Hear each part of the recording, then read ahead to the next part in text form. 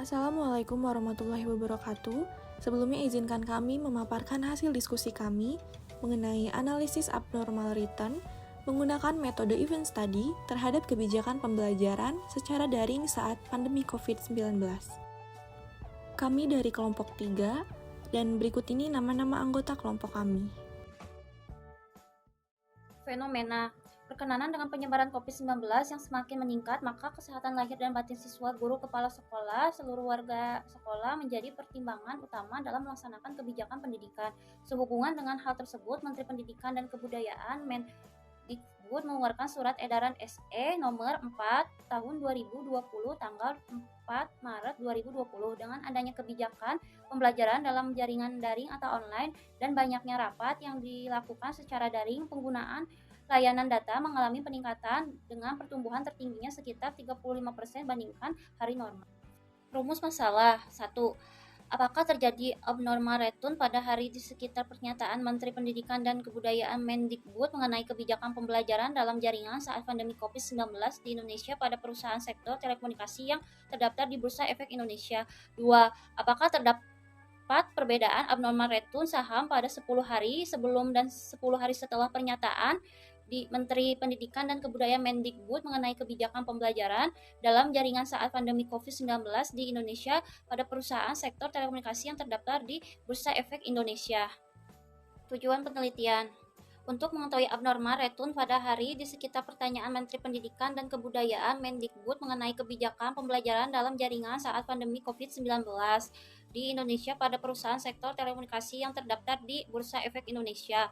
Untuk mengetahui perbedaan abnormal return saham pada 10 hari sebelum dan 10 hari setelah pernyataan Menteri Pendidikan dan Kebudayaan Mendikbud mengenai kebijakan pembelajaran dalam jaringan pada saat pandemi COVID-19 di Indonesia pada perusahaan sektor telekomunikasi yang terdaftar di Bursa Efek Indonesia. Efisiensi pasar. Untuk bidang keuangan, konsep pasar yang efisien lebih ditekankan pada aspek informasi. Artinya pasar yang efisien adalah pasar di mana harga semua sekuritas yang diperdagangkan telah mencerminkan semua informasi yang tersedia. Baik, untuk selanjutnya event study teori. Event study teori merupakan penelitian yang mengamati dampak dari pengumuman informasi terhadap harga sekuritas. Penelitian event study umumnya berkaitan dengan seberapa cepat suatu informasi yang masuk ke pasar dapat tercermin pada harga saham. Yang pertama, studi peristiwa konvensional, studi peristiwa klaster, studi peristiwa yang tak terduga, dan studi peristiwa yang bersifat relevan dan berurutan.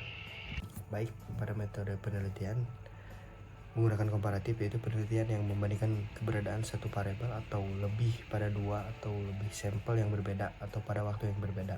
Dan untuk sumber datanya yaitu diperoleh dari data harian perusahaan subsektor telekomunikasi BEI yang diakses pada situs investing.com, yaitu terdiri dari harga penutupan saham atau close price selama periode 10 hari sebelum dan 10 hari sesudah peristiwa dari tanggal 10 Maret 2020 sampai 8 April 2020 dan periode dari tanggal 27 Januari 2020 sampai 9 Maret 2020. Baik, untuk selanjutnya di sini populasi dalam penelitian ini yaitu perusahaan subsektor telekomunikasi yang terdaftar di Bursa Efek Indonesia. Yang pertama PT Telkom Indonesia, yang kedua PT Indosat, lalu PT XL Axiata, yang keempat PT Tower Bersama, lalu yang kelima PT Gion Telekomunikasi Indonesia, yang terakhir PT Sarana Menara Nusantara Tbk. Dan untuk teknik analisis datanya yaitu menggunakan uji normalitas, uji one sample t-test, dan uji paired sample t-test. Nah, berikut ini periode estimasi dari PT Telkom Indonesia Tbk, dimulai dari Termin 41 pada tanggal 27 Januari 2020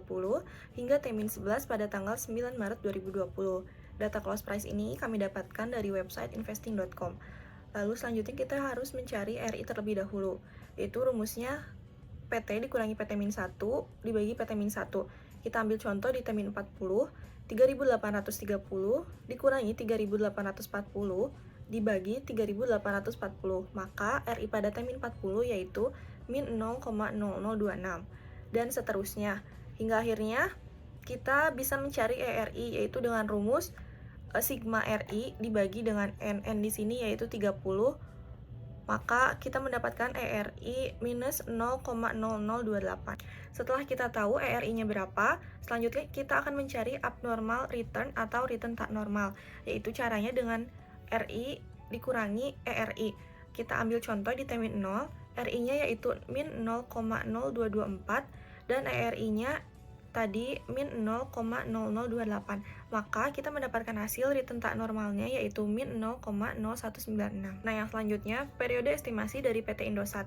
Sama seperti sebelumnya, kita dimulai dari T-41 sampai dengan T-11. Lalu RI-nya di T-40 yaitu 2270 dikurangi 2230 dibagi 2270. Maka RI pada T-40 yaitu 0,0179 dan ERI-nya di sini min 0,0027. Yang selanjutnya kita akan mencari abnormal return atau return tak normal dari PT Indosat. Sama seperti sebelumnya, rumus return tak normal yaitu RI dikurangi ERI. Kita ambil contoh pada T0, RI-nya yaitu min 0,0625 dan ERI-nya min 0,0027. Maka return tak normalnya pada T0 yaitu min 0,0598.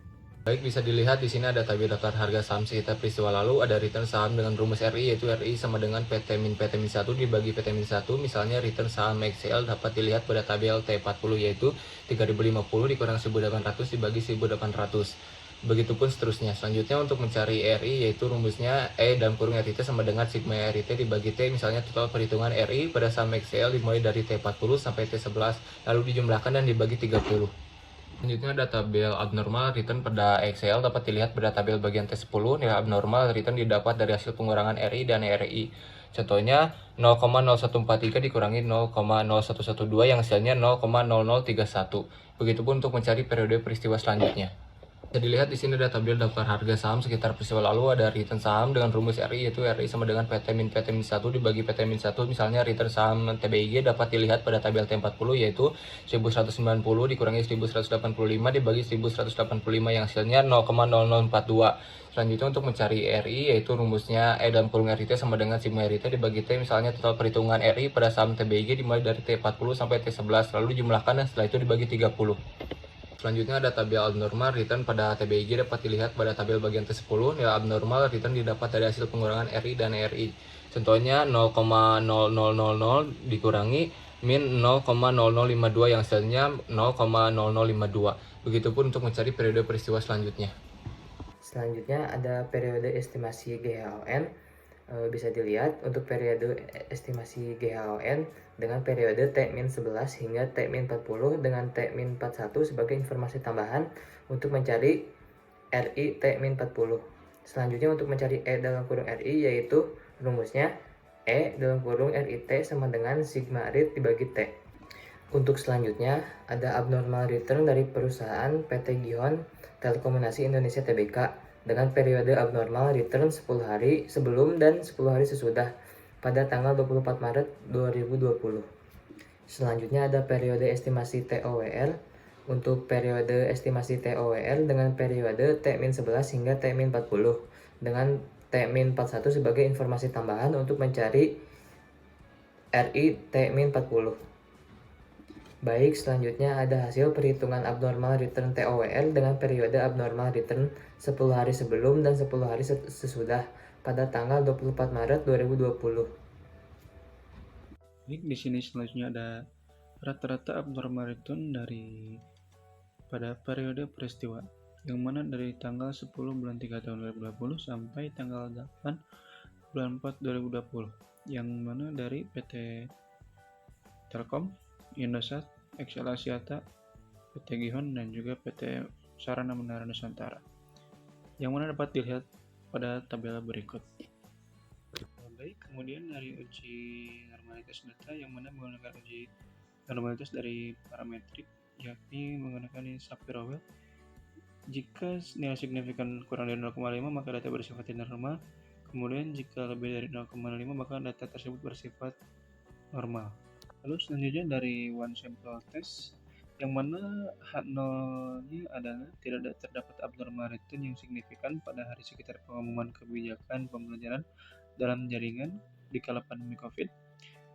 Lalu untuk H1-nya terdapat abnormal return yang signifikan pada hari sekitar pengumuman kebijakan pembelajaran dalam jaringan di kala pandemi COVID. Lalu yang terakhir ada dari paired sample test, yang mana nilai yang didapatkan adalah sebesar 0,034 lebih kecil dari alfa 5% atau 0,05, maka H0 tersebut ditolak, yang mana terdapat Perbedaan abnormal return sebelum dan sesudah pengumuman kebijakan pembelajaran dalam jaringan di kala pandemi COVID-19 terhadap pasar modal di perusahaan Mungkin cukup sekian telekomunikasi. yang dapat kami sampaikan. Mohon maaf jika ada kesalahan. Wassalamualaikum warahmatullahi wabarakatuh.